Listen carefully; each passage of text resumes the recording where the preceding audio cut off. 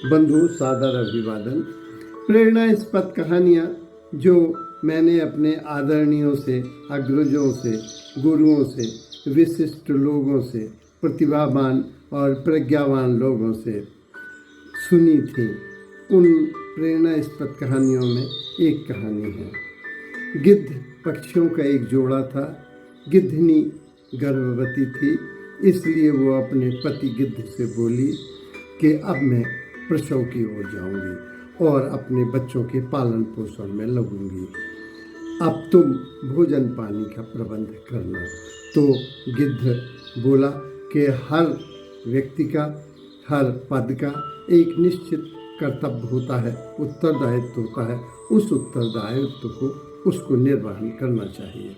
तुमने बिल्कुल कहा, तुम अंडे सेने, बच्चे देने, बच्चों की परवरिश में लगो, मैं भोजन का प्रबंध करूँगा। और वो उड़ा और उड़ने पर उसने देखा कि बरसात के दिन हैं, सभी जीव जंतु बड़े प्रसन्न हैं और कोई मरा नहीं, इसलिए वो वापस अपने घोंसले में आ गया और बोला कि चूँकि वर्षा है, सब प्रसन्न हैं, कोई मरा ही नहीं। वो बोली कि देखो, भोजन की समस्या है, हर समस्या का एक समाधान उसी के इर्द गिर्द होता है, या ऊपर नीचे, दाएं बाएं या जड़ में। ध्यान से देखो तो कुछ समस्या का समाधान मिले, और जब समस्या का इस पर भी ना मिले तो और ऊपर उड़ो और ऊपर की सोचो, थोड़े उदार बन के सोचो, तो उस समस्या का समाधान मिल जाएगा। गिद्ध ने कहा, तुम बिल्कुल ठीक कहती हो। और वो बड़ी तेजी से उड़ा और ऊपर तक उड़ता चला गया। उड़ने पर उसने देखा कि दूर एक कहीं गधा मरा पड़ा है, जो गड्ढे में है, आधा पानी में है और आधा बाहर पड़ा हुआ है, और उसकी आँख में कीड़े पड़ गए हैं। तो वो लौट आया, बोला कि अपन कीड़े पड़े हैं, अपन सड़ा हुआ मांस खाने के लिए नहीं है, अपन मांस खाने के लिए है, क्योंकि सड़े हुए मांस में कीड़े पड़ जाते हैं और वो जिंदा मांस खप जाएगा। किसी की हत्या नहीं करना चाहिए। हर आदमी का एक सीमा होना चाहिए, मर्यादा होना चाहिए, और उसको उसके अंदर ही रहना चाहिए। तो वो बोली कि जहाँ तुम्हें गिद्ध दिखा है, जहाँ तुम्हें कुछ दिखा है समाधान, वहीं इर्द गिर्द और ध्यान से देखो, कहीं उसी के इर्द गिर्द कुछ और दिखेगा। तो गिद्ध पुनः उड़ा और ऊंचाई पर उड़ के और उस गिद्ध के पास, उस गधे के पास पहुंचा। गधे के पास पहुंचने पर उसने देखा कि उसका आधा शरीर तो सड़ चुका है, लेकिन आधा शरीर ठीक है, और वो उस पर टूट पड़ा। जैसे ही वो टूट पड़ा तो वो बहेलिये ने जाल बिछा रखा था, उसमें वो फंस गया। तो जैसे ही वो फंसा तो उसके पास कोई विकल्प नहीं था। इधर जो गिद्धनी थी, उसकी पत्नी, वो 4 घंटे हो गए, 6 घंटे हो गए, तो इंतज़ार करते करते थक गई। तो उसको लगा कि अब मुझे देखना चाहिए समस्या क्या है। लेकिन अगर वो अंडे छोड़ के जाती तो ये डर उसके मन में आया कि सांप इन अंडों को खा सकता है, ये बच्चे आंधी तूफान में गिर सकते हैं।